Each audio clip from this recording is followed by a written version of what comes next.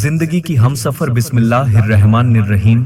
दोस्तों, ये कहानी किसी एक घर की नहीं बल्कि हर उस घर की है जहां मोहब्बत, कद्र और सब्र की कमी से रिश्ते टूटने लगते हैं।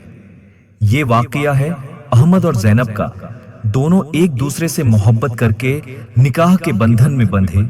निकाह के पहले दिन ही अहमद ने कहा था, ज़ैनब, अब तुम मेरी अमानत हो।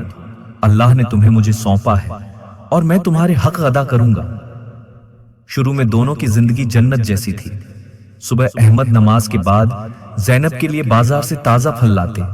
ज़ैनब घर को सुगंध और बरकत से भर देती। वो नमाज में अहमद के लिए दुआ करती और अहमद दुआ में कहता, या अल्लाह, मेरी बीवी को मेरे लिए रहमत बना।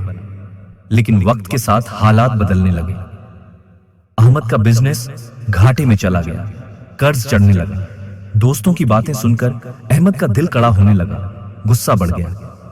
अब उसे ज़ैनब की हर छोटी बात पर शक, नाराजगी और शिकायत होने लगी। ज़ैनब सब्र करती, कुरान पढ़कर अपने दिल को मजबूत करती। रात की तिहाई पहर उठकर तहज्जुद पढ़ती और रो रो कर कहती, या अल्लाह, मेरे शौहर को हिदायत दे। लेकिन एक दिन अहमद ने गुस्से में ऐसे अल्फाज कह दिए जो दिल को चीर दे। ज़ैनब ने चुपचाप अपना सामान उठाया, मायके चली गई। जाते जाते सिर्फ इतना कहा, अल्लाह गवाह है, मैंने तेरी नाफरमानी नहीं की। अहमद ने पहले तो परवाह नहीं की। उसे लगा, जाए, मुझे फर्क नहीं पड़ता। लेकिन कुछ दिन बाद घर की दीवारें भी गवाही देने लगी कि अब बरकत नहीं रही। सुबह की रौनक खत्म, खाने की खुशबू गायब, बच्चों की हंसी चुप हो गई। अहमद को एहसास होने लगा कि पत्नी सिर्फ खाना बनाने या घर संभालने वाली नहीं होती, वो घर की रहमत और सुकून होती है। एक रात अहमद को हजरत उमर रज़ी का वो वाकया याद आया जब उन्होंने कहा था, बीवियां अल्लाह की अमानत हैं, उनकी कद्र करो क्योंकि अल्लाह अमानत का सवाल करेगा।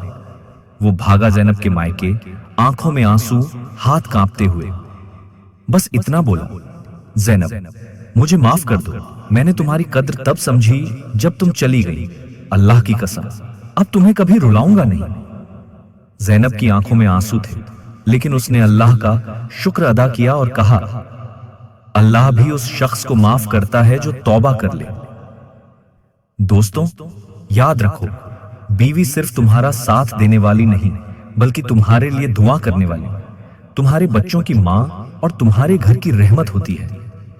कुरान में अल्लाह ने फरमाया, वह तुम्हारे लिए तुम्हारे ही जात से जोड़े पैदा करता है ताकि तुम उनके पास सुकून पाओ, और उसने तुम्हारे बीच मोहब्बत और रहमत रखी। सूरह रूम 21। इसलिए अपनी बीवी की कद्र करो, क्योंकि अगर वो चली गई तो सिर्फ घर खाली नहीं होगा बल्कि बरकत और रहमत भी चली जाएगी, और तब पछतावे के अलावा कुछ नहीं बचेगा।